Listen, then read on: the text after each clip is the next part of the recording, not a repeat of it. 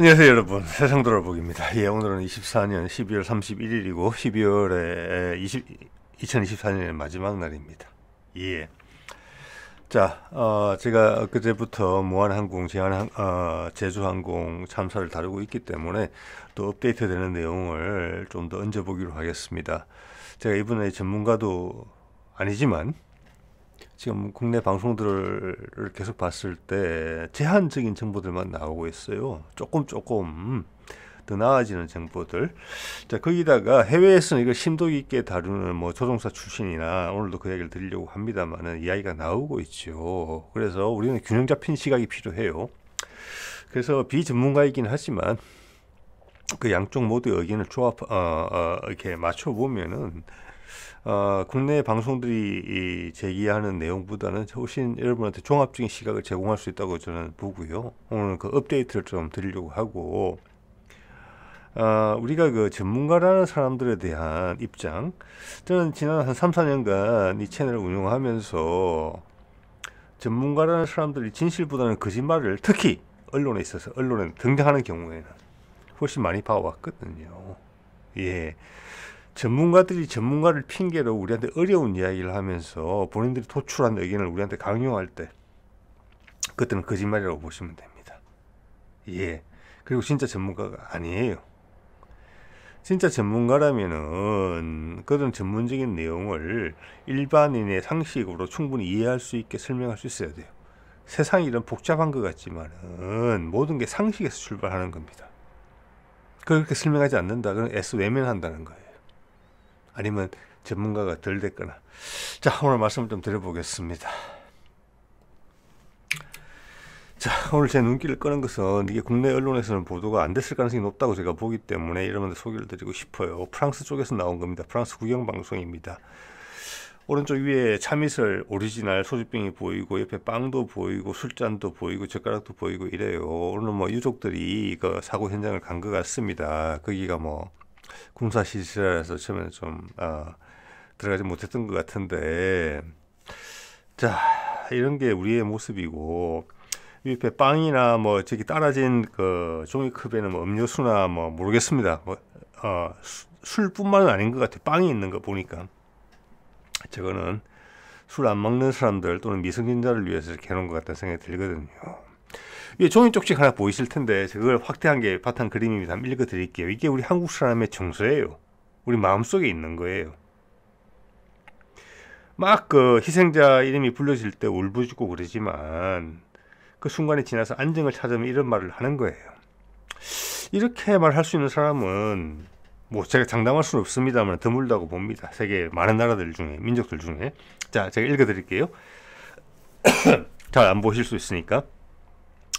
살리고자 최선을 다 했을, 철조망에 가려서 안 보입니다만은, 기장님, 부기장님, 그리고 승무원들 정말 감사합니다. 이렇게 시작하는 거예요. 이게 우리 한국 사람들의 기본적인 마음가짐이에요. 틀을 존중해요. 틀을.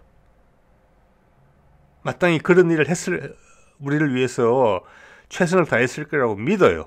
믿어준다는 게 먼저예요. 아마 서양의 많은 유사한 상황에서는 자신의 유가족 이야기를 했을 거예요. 개인적인. 탑승객분들 모두 고생 많으셨습니다. 이게 우리가 이제 우리 한국 사람들이 생각하는 삶과 죽음에 대한 판단이에요. 고생 많았다. 이것은 유교도 아니고 불교도 아니고 기독교도 아니에요. 우리만의 것이에요. 이걸 이렇게 표현한다는 게. 고생 많으셨습니다. 얼마나 고통스러웠을까? 이런 표현을 안 하는 거예요. 애썼구나. 아들이 준 생명 지키기 위해서. 이겁니다. 자, 좋은 곳에 가셔서 편하게 영면하시길 바랍니다. 예.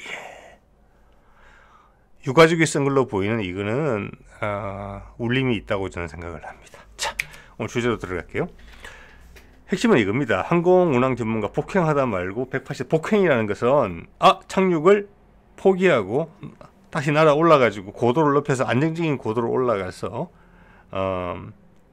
비행기를 재점검하는 거거든요. 이게 폭행이에요. 저도 처음 들었습니다. 영어로 말하면 go around. 폭행하다 말고 180도를 돌아서 이 말은 급회전을 했다는 거예요. 획 이렇게 돌았다는 거예요. 전투기 돌듯이. 폭행의 방식이 아니죠. 폭행하겠다 이야기해놓고 1, 2분 만에 동체 착륙을 한 거예요. 엄청나게 급박한 일이 있었다는 거죠. 전에도 그런 말씀 드렸습니다만 조금 더 확인이 돼요. 자료들이 더 나오면서. 그런데 국토부에서는 교신 일부 공개하면서 메이데이는 이거 조난 신호거든요. 나 죽겠다 대비해라 이거예요. 세 분의 친敌 긴급 폭행. 왜? 전부 다 공개하지 그러면. 그건 다 알고 있다는 이야기인데 내가 요만큼만 보여준다는 거잖아요. 이것은 의혹이 많이 있다는 거예요. 사람들이 지금. 근데 일부 공개? 편집했다는 거잖아요. 자, 그래서 이게 이슈화 되고 있다는 사실을 이야기해주고 있다고 저는 봅니다.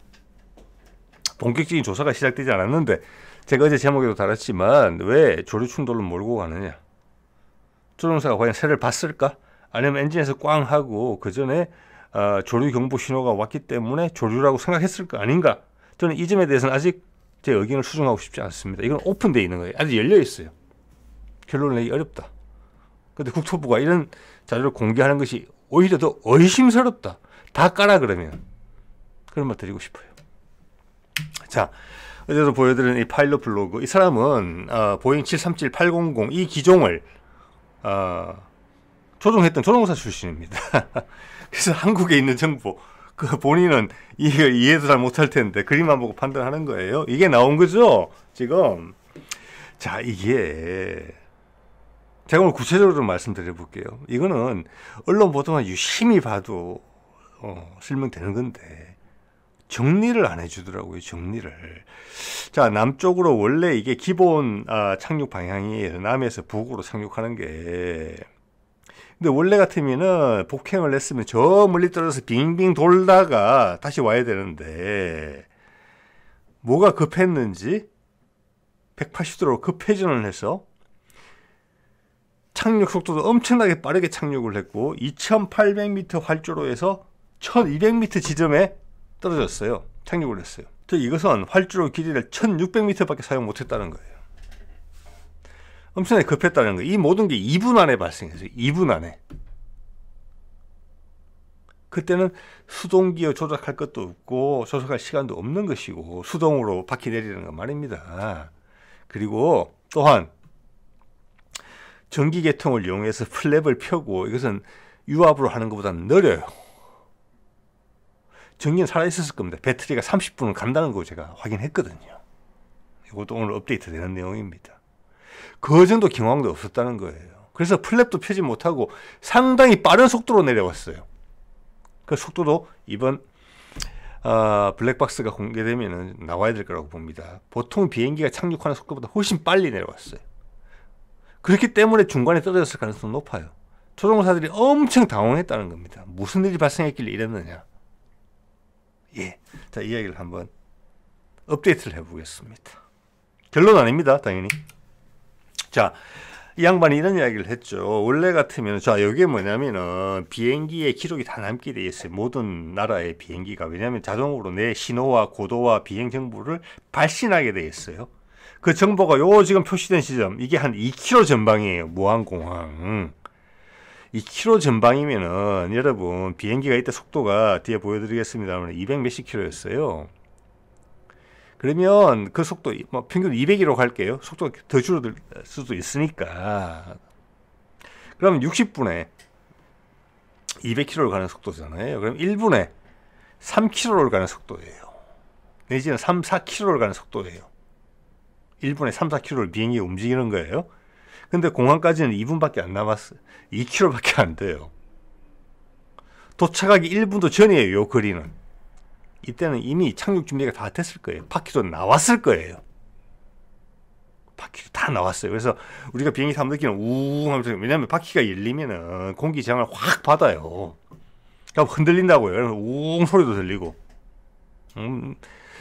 이미 다 나왔을 시점이고, 오늘 보도를 보면은 바퀴가 나왔던 장면이 목격이 됐잖아요. 주변에 낚시꾼들한테 사진도 찍히고. 근데 동체 착륙을 한 거예요. 왜? 다시 폭행을 하겠다고 했기 때문에 고도로 기체 이상이 있다. 메이데이 조난 신호를 보내고 고도를 높여서 올라가려고 했는데 비행기가 못 올라갔다는 거예요.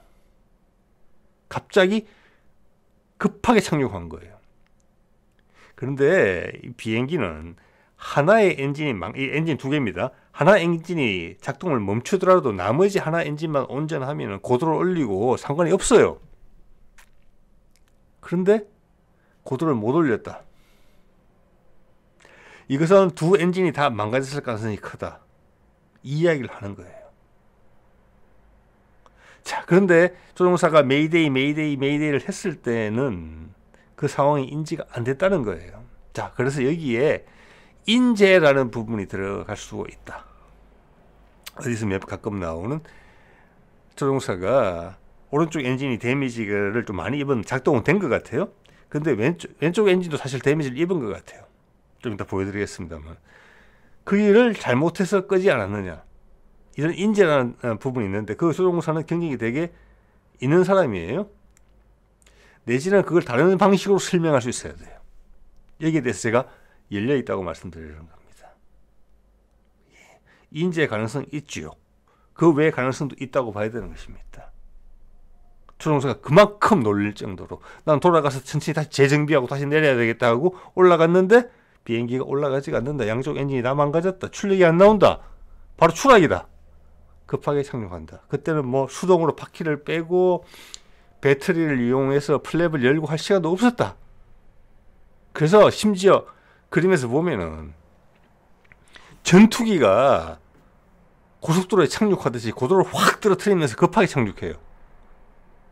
자, 180도 선회를 했다는 것은 비행기의 자세를 제어하는 그 에일런이라나요? 이런, 그리고 꼬리 날개에 이렇게 조종면들은 움직였다는 거예요. 자, 이것은 최소한 한쪽의 엔진은 돌아가고 있다는 의미예요. 유압이. 지금 이거는 전기니 뭐 수동이니 이걸 언급할 계제가 아니에요. 1, 2분 만에 발생한 일이거든요. 예. 자, 보겠습니다. 이거 볼까요? 이게 두 엔진에서 금속 과로가 나오는 게 보일 겁니다. 저거는 제가 판단 큰 데는 안에 컴프레서는 수많은 바람개비로 이루어져 있거든요. 금속재. 그것들이 부서져 나오는 것이고, 이 이후에 폭발이 꽝꽝꽝 발생했어요. 지상에서 소리가 들릴 정도로 화약이 흩어지는 소리가. 자, 이거는 조류 충돌 때문에 그럴 수도 있고 그 외 이유로 있어도 가능해요. 그런데 저런 금속 조각이 보이죠. 새보다 클 수는 있어요. 엄청 크지는 않을 겁니다. 새보다는. 그리고 여러 차례 발생했잖아요. 그러면 새 떼를 만난 거란 말이에요. 근데 이 정도에서 새 떼가 보이진 않아요. 이상하죠? 이때 고도를 보니까 제가 계산을 했는데 고도가 150m입니다. 이 정도면 비행기가 엄청 크게 보이는 거예요. 사람 육안으로. 착륙하기 1분 전이잖아요, 지금. 착륙하기 1분 이하 전이에요. 네. 새떼는 안 보인다. 그겁니다. 과연 여기서 여러 가지 제보 영상 중에 새떼가 보이는 게 있으면 얼마나 국토부가 보여주고 싶었을까? 없다는 거예요. 자, 이 두 군데를 보면은 왼쪽 엔진, 오른쪽 엔진 다 뭔가 문제가 있었다는 걸 알 수 있어요. 이제 화염은 오른쪽 엔진에서 나왔죠. 이 순간의 시간이 언제냐? 지금 1분 단위로 지금 중요한 거거든요. 예. 여기 보면 음영 때문에, 그늘 때문에 안 보이는데, 제가 감히 추정컨대는, 좀 이따 그에 대해서 제가 논쟁을 해보겠습니다만은, 추정컨대는 이때 바퀴들이, 앞바퀴도 그렇고 뒷바퀴도 그렇고 다 나왔을 가능성이 저는 상당히 높다고 봅니다. 네. 시간 오늘 좀 챙겨야 돼요. 자, 조금 전에 보여드린 거죠. 이게 뭐 활주로 2km 전방인데 저기서 기록이 더 이상 제공이 안 됐어요. 원래는 기록이 계속 제공이 돼야 돼요. 착륙할 때까지. 그게 뭐냐면 ADS라는 거예요. 자동으로 이거는 생략하겠습니다. ADS라는 건데 이거는 뭐냐면 GPS 기반으로 해가지고 내가 비행기의 스스로가 자신의 정보를 발신하는 거예요. 이게 전 세계 항공기가 다 취합하는 것 같아요. 근데 그게 약 2km 전방에서 착륙 1분도 남기지 않고 이때는 다 바퀴가 다 내려왔을 때예요. 자, 그런데 ADS가 왜 끊어졌을까? 자, 여러 가지를 복기를 해보면 지금 파일럿 블로그의 추정도 그래요. 비행기의 전기는 양쪽 엔진에서 엔진을 돌리잖아요. 그럼 출력이 나오고 그 중에 일부를 뽑아서 충전을 해요. 자동차랑 똑같아요. 그래서 제너레이터가 있어가지고 발전기가 있어서 전기를 축전해요. 그런데 사고가 나서 전기 공급이 순간 중단이 되게 되면은 불가피한 부분은 를 제외하고는 나머지는 전기를 절약하기 위해서 기능이 없어질 수가 있어요. 전기가 공급이 안 될 수가 있어요. 왜냐하면 위기 상황이기 때문에. 그러면 여기서 자신의 위치를 알리는 저 기능은 비행기의 안전과 운항의 핵심적인 사안이 아니기 때문에 전기가 공급이 안 돼서 더 이상의 정보 제공이 안 됐다, 이렇게 판단할 수 있다는 겁니다. 즉 이 말은 이 순간에 폭발이 났다는 거 2km 전방에. 이때는 착륙 준비가 다 됐을 때예요. 자, 계속 보겠습니다. 자, 그리고 어떤 분들이 댓글에 이런 말씀 하셨던데, 무항공항 활주로 북단에도 콘크리트 구조물이 있다. 그 소위 말해서 로컬라이저가 있다. 안테나가. 제가 구글로 어제도 말씀드렸는데 오늘 구글 얼스 다시 한번 확인했습니다. 이것은 2024년 9월 30일에 촬영된 사진이에요. 3달 전이에요. 여기는 없습니다. 자, 같은 배율로 남단에는 이게 있습니다. 자, 이거는 여러 군데 지적하는 부분이에요. 남단에는 있고 북단에는 없습니다. 즉 비행기가 남쪽에서 북쪽으로 즉 01 활주로로 계속 착륙을 했더라면은 이번 같은 참사보다는 훨씬 덜한 피해가 났을 거다. 이것은 확실하다고 봅니다. 예. 그렇다고 해서 관제사가 일부러 그렇게 했느냐, 그렇게라고는 생각 안 듭니다. 자, 메이데이가 발생한 상황에서 엄청나게 위급한 상황이에요. 그러면 그 전체 상황에 대한 지배력이 어디가 더 높겠습니까? 조종사가 높겠습니까? 관제사가 높겠습니까? 좀 전에 말씀드린 그 블로그에서 조종사 출신이 하는 이야기입니다. 동감이 됩니다. 그럴 때는 대부분이 조종사의 입장을 관제사가 맞춰주는 거고, 그게 안전에 무리가 없는지 그 정도 방어하는 선에서 이야기하는 거라고 그래요. 자, 이것은 비행기가 엄청 급했다는 겁니다. 예. 그런 메이데이를 외치는 상황에서 관제사가 01로 남쪽으로 접근하라고 하는 비행기를 북쪽으로 돌려서 접근해라. 또 북쪽으로 내리겠다 하는 걸 안 된다. 다시 나가서 남쪽으로 내려라. 이렇게 말할 계제는 아니라는 것입니다. 자, 이런 게 업데이트가 되겠고요. 자, 이건 폭발이 되는 부분이 있고, 아까도 말씀드린 것처럼 두 엔진 모두에 그랬던 것 같고, 이게 시간이 언제냐 그러면 이때가 소위 말해서 자기 위치 정보를 밖으로 내보내는 그 전기가 끊어진 ADS가 중단된 그 시점일 가능성이 높다고 보는 거예요. 여러분 이해하시겠죠? 예. 이때 이미 비행기는 여기서는 보이지 않지만 랜딩 기어, 바퀴가 다 나와 있을 거라고 본다는 것입니다. 예. 그렇기 때문에 이 순간에 시간 정보가 상당히 중요해요. 자, 활주로까지 거리가 2km 남짓 남았고 착륙까지 1분도 안 남았는 상황이기 때문에 랜딩기는 다 나왔고 그 전에 착륙 허가도 받았을 거예요. 예, 이제 그 시간으로 확인을 해볼게요. 자, ADS의 정보가 마지막으로 접수된 게 이 시간이에요. 자, 여기는 국제 시간으로 되어 있지만 보통 분은 뒤에 같거든요. 8시 58분이에요. 예, 이제는 분 단위로 넘어갑니다. 방벽에 부딪힌 게, 콘크리트 벽에 부딪힌 게 9시 3분이에요. 그러면 이게 5분간이에요. 5분 상간. 활주로 2km 전방이죠. 속도는 277km다. 시속. 고도는 150m다. 예, 이거 다 바퀴 다 나온 거예요. 그리고 이런 속도는 플랩을 사용해야만 가능한 속도다. 비행기가 거의 최저속으로 내려왔다는 거예요. 그러니까 이때는 바퀴도 내려오고 플랩도 되고 다 된 거예요. 착륙 준비에 들어갔으니까. 그런데 그게 버드 스트라이크든 조류 충돌이든 다른 이유로 8시 58분경에 또는 바로 그 못 미쳐서 우리 사진에서 본 폭발이 발생한 겁니다. 비행기의 기능 이상이 됐고 전력 생산에 차질이 생긴 거예요. 엔진의 출력이 이미 떨어졌다는 겁니다. 예. 자, 이제 시간을 한번 볼까요? 좀 전에 8시 58분이었어요. 자, 54분에 01 활주로 방향 착륙 시도를 했어요. 자, 이거는 이미 오케이가 떨어졌다는 겁니다. 자, 그때 바퀴 나오고 플랩 다 펼치고 속도가 줄었을 거예요.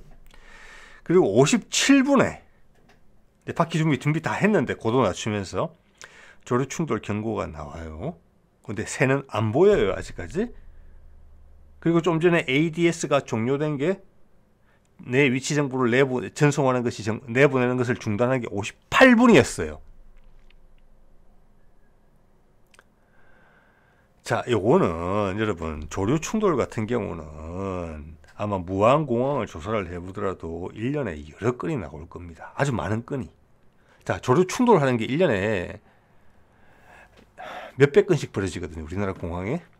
근데 무안공항 같은 경우는 비행기 빈도가 낮으니까 훨씬 적지만 분명히 드문 경우는 아니었을 거예요. 저기 제 말은 이게 엄청나게 특별하고 예외적인 경우가 아니라는 말씀을 드리는 겁니다. 이러면 반드시 사고 난다, 이게 아니라는 거예요. 그게 외국 전문가들이 하는 이야기예요. 너무나 자주 발생하는 문제이기 때문에 백업 시스템이 기본적으로 설계에 반영이 되어 있다는 거예요. 엔진이 망가져서 하나가 망가져서 유압 시스템이 안 돌아간다? 그러면 배터리가 있고 충전된 배터리가 있어서 그걸로 30분은 작동이 가능하다. 랜딩 기어, 바퀴 같은 경우는 그것도 안 되면은 수동으로도 내릴 수 있다. 그런데 우리는 조종사가 바로 좀 전에 ADS 정보 송출이 중단된 바로 1분 만에 메이데이를 외쳤다. 버드 스트라이크 이야기를 했다. 그 외에 다른 정보 제공하지 않았어요. 그리고 고잉 어라운드는 복행한다. 다시 올라가겠다. 근데 올라가려고 했는데 올라가지 못했다. 그때 문제가 발생한 거예요. 양쪽 엔진이 심각하게 다 손상이 됐다는 거예요. 그래서 고도를 끌어올릴 추력이 없는 거예요. 엔진 하나만 살아있어 올라가는 거거든요. 그렇기 때문에 복행을 선택한 거란 말이에요. 근데 그 사이에 무슨 일이 있었는지 엔진의 출력이 급격히 떨어졌다. 바로 추락할 수 있다고 조종사가 생각한 거예요. 그래서 급하게 19분 활주로 다시 2분간이잖아요. 요 2분간에 여러 가지 시도를 했고 새로운 상황이 전개가 된 거예요. 원래 같으면은 바다 위로 날아가서 빙빙 돌면서 비행기 상황을 점검을 했었어야 돼요. 필요한 상황을 관대타가 교신을 하면서. 그게 아니었다는 거예요. 자, 이것은 비행기 양쪽 엔진이 다 출력을 잃었다, 이렇게밖에 볼 수 없는 거예요. 이것은 뭐 제가 오늘 참고하고 있는 조종사 출신의 블로그가 하는 이야기입니다. 동감이 돼요. 그게 아니면 이렇게 긴박하게 돌아갔을 이유가 없다는 거죠. 그러니까 여러분 참고로 하세요. 향후 조사가 나오는 데 있어서 우리가 관점을 가지는데 필요한 정보라고 생각합니다. 예, 그 조사가 올바르게 진행이 되기를 바라는 마음으로. 지금 세상이 워낙 복잡하잖아요. 특히 우리나라 같은 상황이. 모든 것을 열어두고 생각한다는 거죠, 지금. 거기를 위한 준비입니다, 준비. 자, 그리고 2분 만에 동체 착륙을 하겠다. 그리고 급박하게, 고도도, 민항기로는 급격하게 떨어뜨리면서 상당히 고속으로 떨어졌다. 자, 이 정도 2분 이내 기간이라면은 배터리에 충전된 배터리로서 백업으로서 유압이 망가졌을 때 그걸로서 조종할 수 있는 부분은 상당히 시간이 걸린다고 그래요. 어느 정도는. 충분치 않았다. 그렇지만 비행기가 180도 급선회를 하고 이런 부분에 있어서는 비행기의 방향을 바꾸도 필요한 조종 면들은 돌았다. 그래서 기본적으로 이때는 무조건 유압 기반이에요. 이때는 시간이 얼마 안 되니까. 그래서 양쪽 엔진이 다 꺼지지는 않았다는 거예요. 왜? 그런 조종면 같은 경우는 비행기 운항에서 핵심적이기 때문에 양쪽 엔진에서 오는 유압들이 중복으로 컨트롤하게 돼 있어요. 그래서 한쪽 엔진은 분명히 살아있었다는 거예요. 완벽하지는 않지만. 근데 그것도 상당히 데미지를 입었다. 그리고 한쪽 엔진은 완전히 꺼졌다. 그때도 말씀드렸지만. 그래서 출력이 2분의 1이 아니고 평소 엔진에 3분의 1도 안 나왔다, 이렇게 볼 수도 있는 거예요. 고도를 높이지 못할 정도로. 예, 이겁니다. 자, 이것은 랜딩 기어가 보였다는 이야기를 해주는 거고요. 시간적으로 보면 딱 맞아요. 폭발이 났을 때는 이미 착륙 준비가 완벽하게 됐을 때예요. 직진하면 되는 거예요. 예. 지금 방향도 보면 365도로 나오거든요. 356도인지 365도인지 거의 정북을 향하고 있었어요. 즉 이것은 공항에 직진으로 접근하고 있다는 이야기예요. 근데 메이데이 메이데이 메이데이를 외친 이후에 폭발이 있고 나서는 이때 바퀴도 접었다는 거잖아요. 바퀴를 접는 것도 왜냐하면 고도를 올리려면 바퀴를 접어야 돼요. 왜냐하면 이게 마찰로서 작용을 하기 때문에 그때까지는 괜찮았다는 거예요. 자, 이 말은 어떻게 해석할 수 있느냐면은 유압이라는 게 이게 바로 확 뭐 이렇게 관이 구멍이 나서 유압액이 쑥 빠져나오는 그런 상황이 아닌 다음에는 유압을 밀어붙이는 동력 자체가 없더라도 어느 정도 작동한다는 부분이 분명히 있을 거거든요. 자, 그래서 이것을 다시 잡아들이는 것까지는 됐다. 근데 그 다음부터 또는 이미 이 순간부터 꽝꽝꽝 한 후에 엔진 동력이 충분한 유압을 생성시킬 수 없을 정도로 확 줄어들기 시작했다. 그 가운데 인재가 개입되어 있을 수도 있다. 데미지를 덜 입은 쪽의 엔진을 그게 데미지를 많이 입은 엔진으로 착각을 하고 조종사가 그게 불이 번져서 기체 전체가 위험해질까 싶어서 엔진을 껐을 수가 있다. 그런데 좀 더 멀쩡한 엔진을 껐을 수가 있다. 이런 추정도 지금 나오는 거예요. 하나의 시나리오로 말씀드리는 겁니다. 그 외에 다른 가능성 다 열어둔다는 말씀 계속 드리고 있죠. 제가. 자, 그래서 이 사건의 상황에 대해서 깊이 있게 좀 뭐랄까 많은 정보가 제공되기 전에도 이 블로그에서는 그런 이야기를 했습니다. 원래대로라면 왼쪽으로 빙빙 돌아서 복행이죠. 이게 고도를 다시 올려서 왜 엔진 하나만 가지고도 이때만 해도 엔진 오른쪽만 데미지를 입은 것으로 보였기 때문에 엔진 하나만 가지고도 이게 가능했다.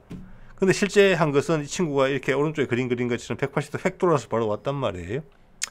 그래서 이제 지금 나오는 추정은 국내에서 그런 이야기를 하지 않기 때문에 제가 드리는 말씀입니다.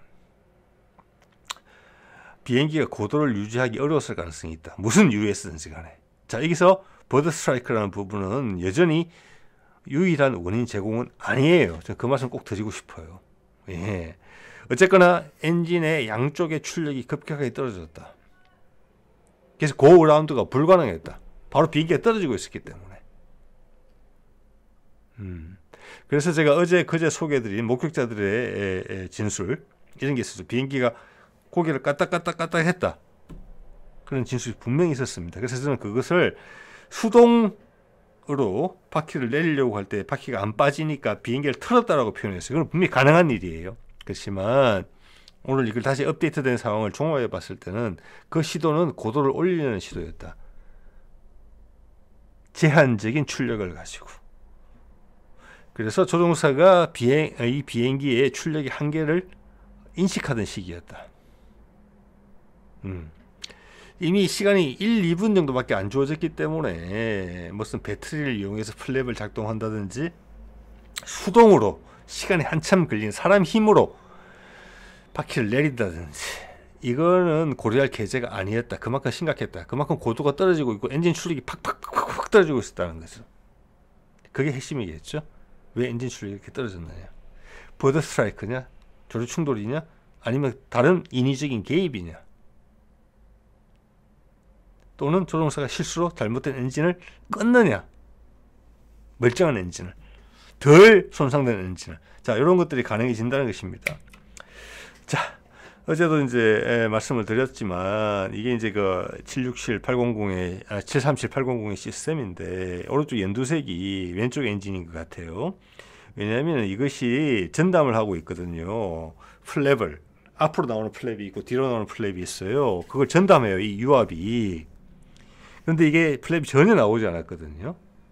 그래서 이거는 왼쪽 엔진이 꺼졌다고 보는 거예요. 이것은 좀 전에 소개해드린 블로그가 지적한 부분하고 마찬가지예요. 착륙하면서 역추진을 할 수 있는 부분이 열리지 않았거든요. 그것도 여기서 관여하는 부분이에요. 전기로 하고 이럴 때는 이렇게 하기에는 시간이 너무 부족했었어요. 자, 그래서 왼쪽 엔진이 작동이 안 됐다고 볼 수 있다는 거예요. 여기 보면은 가운데 비행기 운항의 핵심적인 러더나 에일러론 이런 게 있어요. 엘리베이터나 뭐 미기계 뭐 이런 것들인데 이거는 양쪽 유압에서 중복으로 영향을 받아요. 그래서 한쪽 엔진만 살아있으면 비행기 조종은 가능해요. 그래서 180도 턴이 가능한 겁니다. 그런데 왼쪽 엔진이 망가졌기 때문에 또는 셧다운 됐기 때문에 오른쪽 엔진도 충실치 않아요. 지금 플랩을 펼칠 수가 없었다. 그리고 그것을 배터리로 전기 작동을 한다든지 수동으로 바퀴를 뺀다든지 할 시간적 여유가 없었다. 뭐 2분 만에 발생한 일이니까. 자, 이것은 조종사가 이 비행기가 고도가 떨어지는 데 있어서 엄청난 위기의식을 느끼고 있었다. 자, 이런 것은 음성 기록 데이터가 나오면은 확인이 되겠지요. 예. 자, 이런 부분은 현재 바이든이 이야기한 대로 미국 팀이 정말 빨리 도착해가지고 보잉사까지 와서 작업을 하고 있기 때문에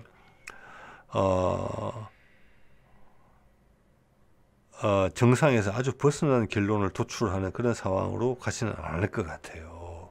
예, 이거 어제 제가 그런 의심스러운 정황에 대해서 말씀을 드린 바가 있으니까 오늘은 더 이상 그 이야기는 안 드리겠습니다. 자, 이것이 어제도 이야기를 한 건데 국내 전문가들도 이것은 아마 확인을 해 주실 수 있다고 봅니다. 이 이야기를 해줘야 돼요. 그림이 다 공개됐는데 오른쪽 일단 화살표 날개를 보면은 날개가 매끈하기 때문에 플랩이 전혀 작동하지 않은 건 분명해요. 에어브레이크도 작동 안 했어요. 오른쪽 엔진을 보면 틈새가 벌어져 있잖아요. 저거는 역추진 밸브가 열렸다는 겁니다. 그래서 이거는 기본적으로는 여기는 무조건 현재는 뭐 전기나 수동은 생각할 필요가 없어요. 1, 2분 만에 발생한 일이기 때문에 고도가 급격히 떨어졌다. 출력이 떨어져 가지고 조종사가 엄청 놀랐다. 그래서 고 라운드를 처리하려고 그러다가 출력이 안 나왔기 때문에 바로 돌아온 거예요. 이때는 관제탑에서도 그것을 수용할 수밖에 없는 입장이다. 왜? 메이데이를 외치고 그게 책임지고 있는 사람 조종사니까. 그리고 근데 이제 왼쪽 엔진에는 분명히 이게 안 열려 있어요. 예, 안 열려 있고 착륙하는 정면 사진을 보더라도 엔진 출력이 있는 경우는 뒤에 아지랑이처럼 피는 게 있어요. 왜냐면 고온에 공기가 나오기 때문에 주변하고 좀 다르단 말이에요. 아지랑이가 핀다는 그 뜻이 그 말입니다. 오른쪽 엔진은 아지랑이가 있는데 왼쪽 엔진은 아지랑이가 없어요. 엔진인지 그리고 여기에 역추진 출구가 열려 있지 않아요. 그것은 왼쪽 엔진의 유압으로 작동하는 부분이에요. 왼쪽 엔진이 죽었다는 겁니다. 그런데 우리가 사진을 봤을 때 양쪽 다 물론 데미지가 있은 것으로 보여요. 새 때는 못 봤지만 고도 150m라고 생각해 보세요. 거기 기레기대가 날아간다. 보일까요? 안 보일까요? 빵빵빵 여러 번이죠. 그럼 새 때예요. 한두 마리가 아니고 왼쪽 것도 상했으니까 이거는 강력한 의심으로 남아있습니다. 현재까지는 분명히 왼쪽 엔진은 죽었고 오른쪽 엔진은 출력이 많이 떨어져 있는 상태다. 이렇게 볼 수 있는 거예요. 자, 이제는 확실히 이제 설명이 돼요. 앞에 랜딩 기어는 수동으로도 열 염두가 안 났어요. 네. 유압은 심각하게 손상이 돼 있었다. 내지는 다른 이유가 있을 수 있다. 랜딩 기어 부분도 비행기의 생존에 있어서 핵심적인 부분이기 때문에 양쪽 유압을 다 받게 돼 있어요. 활용. 지금 비행기가 180도 턴한 것은 한쪽 엔진만 살아있어 가능한 거예요. 그러면 바퀴가 빠져나오는 것도 유압으로 빼내는 것도 한쪽만 살아있으면 가능해야 돼요. 안 된 거예요. 이상하죠, 그러면? 그래서 이상하다는 거예요, 어제부터. 유압 계통의 문제가 아니라 실제적으로 유압을 받아서 작동을 하는 그 부분에 문제가 생겼을 수 있다. 동시에 앞뒤 바퀴 뒤에 2개, 앞바퀴 1개, 동시에 그런 문제가 생길 수 있나? 이런 의혹은 아직도 분명하게 살아있습니다. 이런 걸 이야기해 주지 않잖아요. 자, 이거 볼까요? 우리나라에도 많은 버드 스트라이크가 있고 조류 충돌이 자막뉴스 YTN 보면 5,000개 넘는 공항이 있는 미국에서 야생동물 충돌은 1년에 2만 건, 하루에 50건 넘게 발생할 정도 흔한 일이라고 뉴욕타임스는 전했습니다. 그래서 외국 전문가들이 이야기하는 거예요. 우리가 쓰는 보잉 비행기가 이런 미국에서 만들어진 설계된 비행기입니다.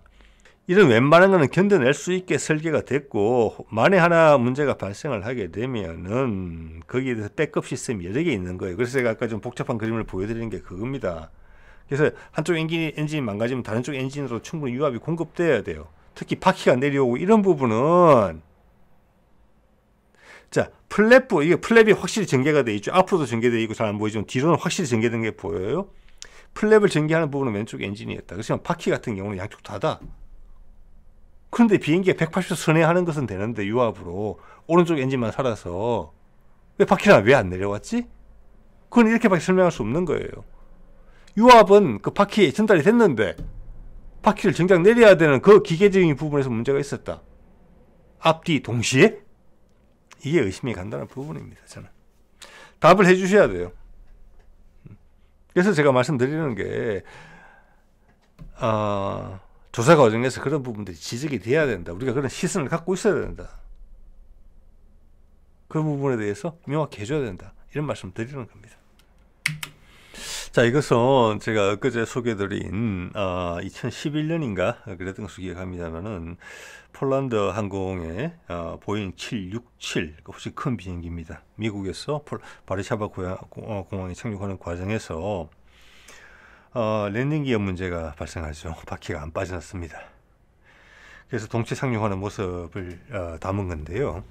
그때 이 비행기하고 우리 지금 제주항공 경우는 많이 다르다고 생각합니다. 동체 착륙했다, 바퀴가 안 나왔다는 것은 같지만 이 767 같은 경우는 이륙하자마자 동체 바퀴 문제가 발생을 인지를 했고 그 외 플랩이나 다른 유압에는 전혀 문제가 없었어요. 예, 그래서 착륙할 때도 충분히 감속을 할 수가 있었어요. 뒤에 보이죠? 여기도 그림이 나오네요. 이제 우리 다 알게 된 그 로컬라이즈 안테나 방위각 시설 이렇게 착륙하는 겁니다. 그런데 보시면 아시겠지만 여기서 강조되는 부분은 동체 착륙을 하면 어찌된 일이 발생할 어떤 최악의 경우가 발생할 수도 있기 때문에 가능하다면 활주로 끝단에 내리려고 해요. 예, 그거는 일반적으로 모든 항공기가 일반적인 착륙을 할 때도 그럴 겁니다. 그래서 이 항공기 폴란드 항공 같은 경우는 동체 착륙을 할 때 활주로 끝단을 잘 활용했어요. 예. 그리고 이 활주로는 제가 이 살펴본 동영상으로 따지면 한 3,000m 정도 된다고 합니다. 예. 자, 거기다가 감속도 다 됐을 것이고 뭐 에어 브레이커 나오고 플랩 띄우고 엔진은 역추진되고 이래서 넉넉하게 썼어요. 그런데 우리 같은 경우는 그게 전혀 안 된 상태에서 착륙을 한 거예요. 그리고 고도를 급격히 떨어뜨리면서 아까도 말씀드린 것처럼 전투기가 급격하게 긴급 착륙하는 것 비슷하게 고도를 확 낮추면서 떨어졌거든요. 속도도 상당히 높았어요.